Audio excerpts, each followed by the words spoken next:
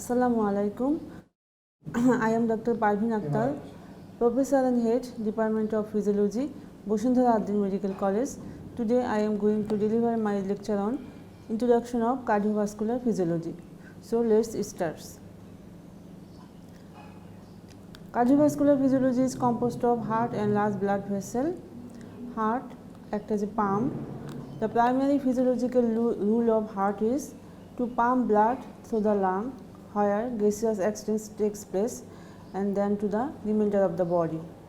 Heart is composed of 4 chambers, 2 atria, which pumps blood into the ventricle, and 2 ventricles pumps blood into the circulation. Two separate pumps, right heart receives deoxygenated blood from the body through the great veins like superior vena cava and inferior vena cava, and then pumps blood through the lungs for oxygenation. This is called the pulmonary circulation. And left heart receives oxygenated blood from lungs through pulmonary vein and then pumps blood through the ascending aorta to the peripheral structure. This is called the systemic circulation. And it has 2 atrioventricular valves called the tricuspid valve and the mitral valve.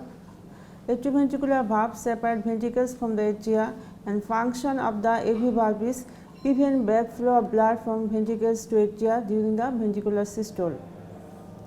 And seminal valve, there are 2 seminal valves called the aortic valve and pulmonary valve. Aortic valve, these 2 valves are located between the ventricles and the large blood vessel. And aortic valve is situated between the left ventricle and the ascending aorta, and pulmonary valve is between the right ventricle and the pulmonary artery. And the function of this valve is prevent backflow from aorta, pulmonary artery into the ventricles during the diastole. And atria act as a primary pump, and blood normally flows continually from the great veins into the atria. Normally 80% of blood flows directly from the atria into the ventricles, and only 2% of blood is pumped into the ventricles by the atrial contraction. And now the types of the muscle. There are 3 types of muscle like the skeletal muscle, smooth muscle, and the cardiac muscle. And characteristics of this muscle are: smooth muscle are involuntary, non-stated, non-branched, and have a single nucleus. And skeletal muscle are voluntary, stated, and multinucleated. Now the cardiac muscle is stated, branched, and involuntary muscle. And these muscles are made up of many individual cells connected in series and in parallel with one another, and their fibers are divided, recombined, and then spread again. And they are arranged in lattice work pattern, and like the skeletal muscle, they are stated muscle. And one of the important characteristics of this muscle are they have intercalated discs. These are the dark area crossing in cardiac muscle fiber, and they have a fused cell membrane. They separate the individual muscle cell from one another, and they have a highly communicating junction called the gap junction that allows the rapid transmission of iron through the cell membrane, so that iron can move from each other with ease from one muscle fiber to the another, so the action potential can travel easily from the one cardiac muscle to next. So all muscle fiber connect simultaneously and contract simultaneously. So heart muscle contract like a single unit shows the functional syncytium. It is one of the important properties of the cardiac muscle. It is called the functional syncytium. So this is the figure of the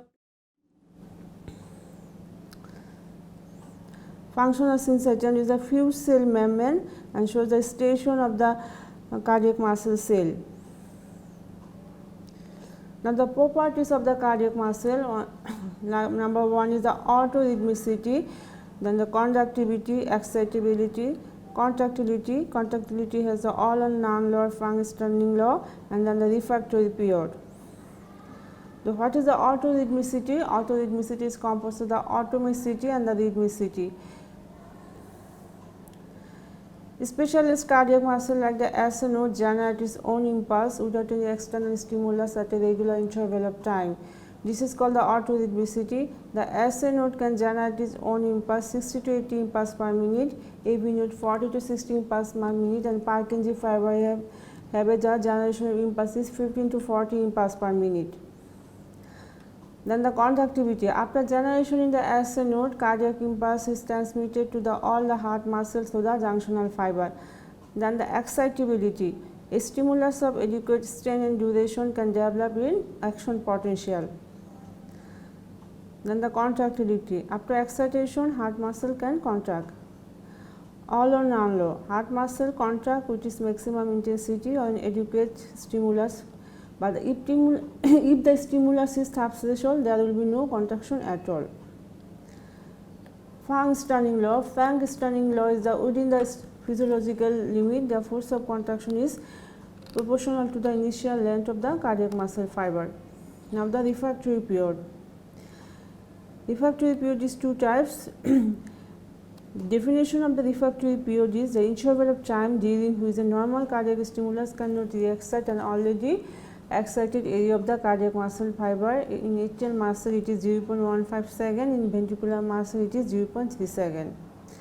And the refractory period is absolute refractory period and the relative refractory period. What is the absolute refractory period? It is the interval of time during which even a strong stimulus cannot re-excite an already excited area of the cardiac muscle fiber. It is in ventricular muscle it is 0.25 second. And relative refractory period, if a strong stimulus can re-excite an already excited area of the cardiac muscle fiber, but in a lower strength. In ventricular muscle it is 0.06 second. And what is the importance of the prolonged refractory period? Cardiac muscle cannot fatigue, cardiac muscle cannot tetanize, and it ensures enough time for recovery of the cardiac muscle by getting nutrition and oxygen supply.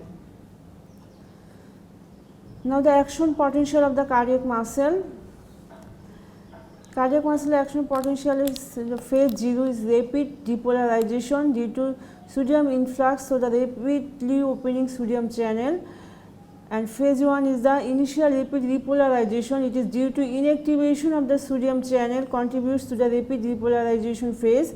And the number 3 phase is the plateau phase. It is due to calcium influx, so the more slowly opening calcium channel produce the plateau phase. It is the important properties of the action potential of the cardiac muscle. And phase 3 phase, it is due to the slow repolarization process due to the net potassium influx, so the multiple types of potassium channel opening efflux that returns the allow the resting moment potential. Then cardiac action potential is returns to the resting moment potential phase. It is the phase 4 phase. This is a figure of the action potential of the cardiac muscle.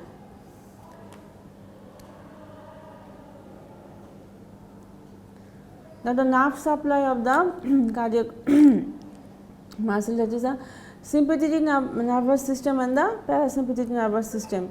In sympathetic nervous system, increase the force of contraction, it is called the positive inotropic action, and increase the heart rate, it is called the positive conotropic action. So the sympathetic nervous system is the cardio accelerator, and parasympathetic nervous system, it causes the decreased heart rate. It is the positive negative conotropic action and decrease the force of contraction.